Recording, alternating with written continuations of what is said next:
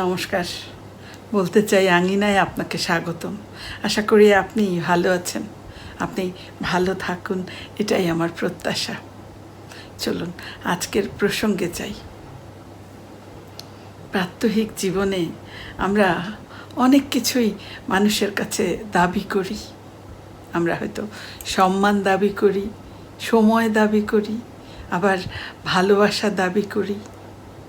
কিন্তু এমন একটা জিনিস আছে যেটা জোর করে বা দাবি করে পাওয়া যায় না, আর তা হলো বিশ্বাস। আমরা অনেক সময় খুব সহজেই বলে ফেলি, আমাকে বিশ্বাস করো। আমরা এটা বলি, কিন্তু এই একটি বাক্যই কি যথেষ্ট অন্যের মনে জায়গা করে নেবার জন্য? মূলত বিশ্বাস এটি কোনো পণ্য নয় যে বাজার থেকে কিনে আনলাম। এটা কোনো পদবিও নয় যে কারো নামের পাশে বসিয়ে দিলাম। এই বিশ্বাস এটা হলো চারা গাছের মতো, যা সযত্নে লালন করতে হয়। আজকে আমি কেন বিশ্বাস জোর করে বা দাবি করে পাওয়া যায় না, এটা অর্জন করতে হয়, এই বিষয়টি নিয়েই আজকে কথা বলবো। বিশ্বাস কেন দাবি করা যায় না?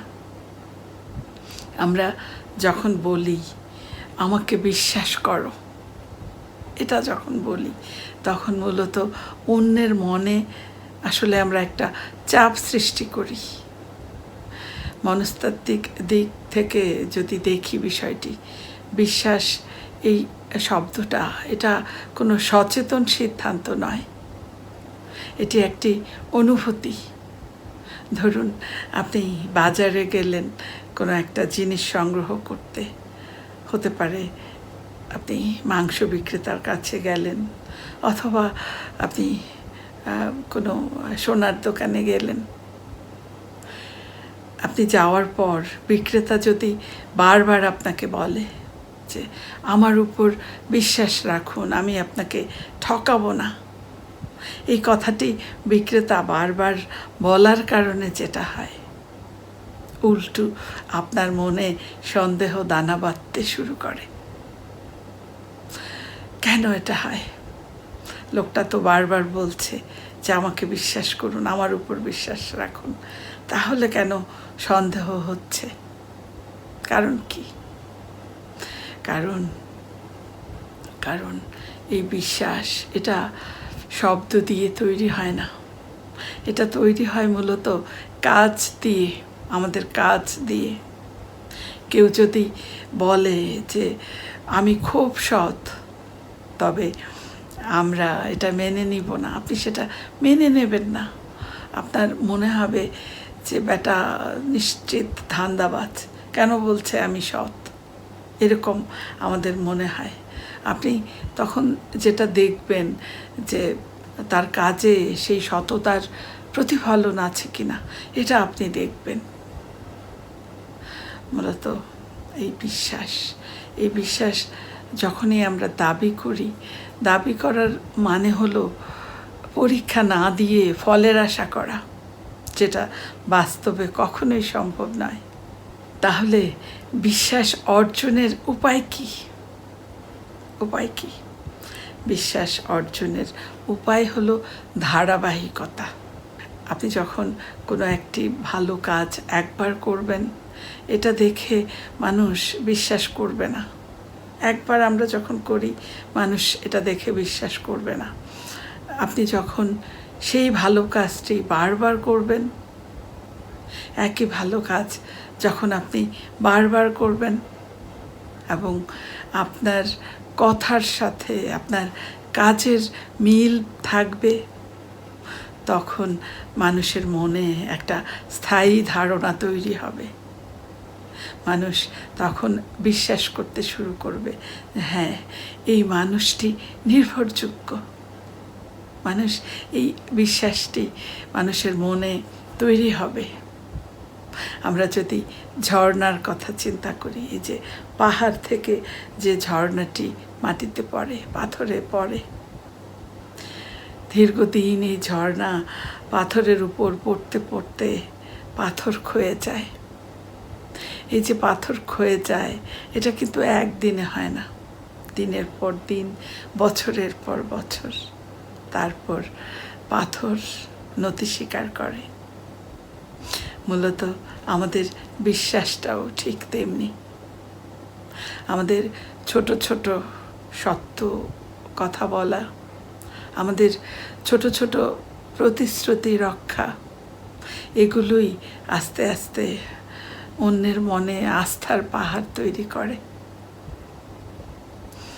একটা কথা আমাদের মনে রাখা খুব জরুরি, এই যে বিশ্বাস অর্জন, এটা অর্জনের জন্যে যেমন বছরের পর বছর সময় লেগে যায়, কিন্তু এই বিশ্বাস ভেঙে যায় মাত্র কয়েক সেকেন্ডে।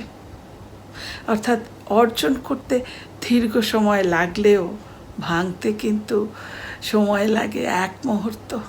একটি কাচের পাত্র যখন ভেঙে যায়, আপনি সেটাকে হয়তো আঠা দিয়ে জুড়ে দিতে পারেন ঠিকই, কিন্তু যে ফাটলগুলো সেগুলো থেকেই যায়। সম্পর্কের ক্ষেত্রেও তাই। একবার যদি মিথ্যা বা প্রতারণা আমাদের বিশ্বাসের দেয়ালে ফাটল ধরায়, তাহলে সেই ফাটল সেটা কখনোই আর আগের অবস্থায় ফিরিয়ে আনা সম্ভব নয়। তাই বিশ্বাস অর্জনের চেয়েও অনেক বড় চ্যালেঞ্জ হলো বিশ্বাস টিকিয়ে রাখা। এটি অনেক বড় দায়িত্ব। আপনি যখন কারো বিশ্বাস অর্জন করেন, তার মানে হলো আপনি আসলে তার মনের একটা চাবি আপনার নিজের কাছে রাখার অধিকার পেয়ে যান। সেই বিশ্বাসের অমর্যাদা, এটা মূলত আপনার ব্যক্তিত্বকে ছোট করে দেয়। পরিশেষে আমি একটাই কথা বলতে চাই, আমরা যদি চাই মানুষ আমাদের বিশ্বাস করুক, তবে আমাদের নিজের কাছে নিজেদের স্বচ্ছ থাকতে হবে। আয়নার সামনে দাঁড়িয়ে যেন আমরা বলতে পারি যে আমি নিজের কাছে স্বচ্ছ। আপনি যখন নিজের সত্তার কাছে এটা বলতে পারবেন, আয়নার সামনে দাঁড়িয়ে আপনি পরিষ্কারভাবে এটা অনুভব করতে পারবেন, মূলত তখনই পুরো পৃথিবী আপনাকে বিশ্বাস করতে শুরু করে। তখন আপনাকে আর আলাদা করে বলতে হবে না আমাকে বিশ্বাস করো। আপনার কাজ, আপনার চেষ্টা আপনাকে ঠিক সেইভাবে তৈরি করবে, গড়ে তুলবে যে আপনার উপস্থিতি অন্যের মনে ভরসা জোগাবে।